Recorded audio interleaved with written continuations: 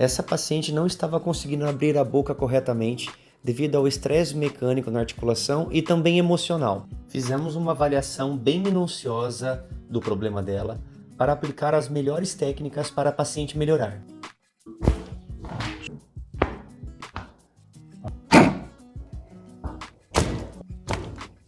Depois de realizar alguns ajustes específicos, a paciente voltou a abrir a boca normalmente. E você aí, conhece alguém que já ficou assim?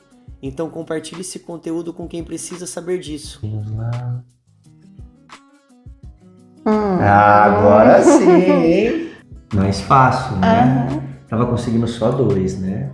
Só. Ótimo.